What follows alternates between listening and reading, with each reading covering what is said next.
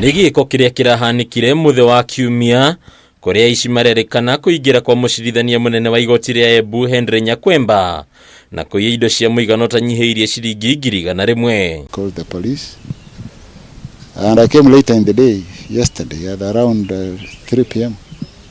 I confirmed indeed the house was broken into and household items stolen. Like a fridge and a TV, water dispenser and music hoover. They came with sniffer dogs, but I am yet to receive any result.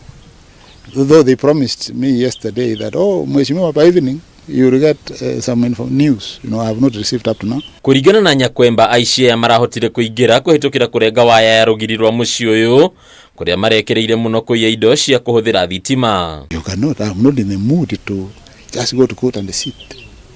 Hear evidence from who? Maybe the person I'm hearing is the one who stole from me. I need to know who is this first. Even my mood could not have allowed me to go. I'm even forcing myself to talk to you. It started being rampant after the kazi mtaani was introduced.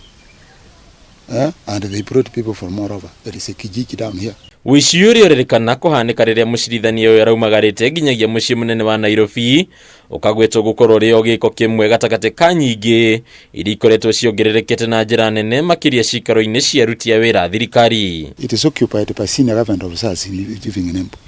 Next here is the regional commissioner. Down here is the county commissioner. Up here is the OCPD. The district in zamani walikuwa wanaitwa district administration police DAPC. Just here. Mucirithania uyu nioritie maabitha borithi kuhika thuthuria wao niguo gukũrana aria maratabania ciiko ici niguo mahingũrĩrwo thitango.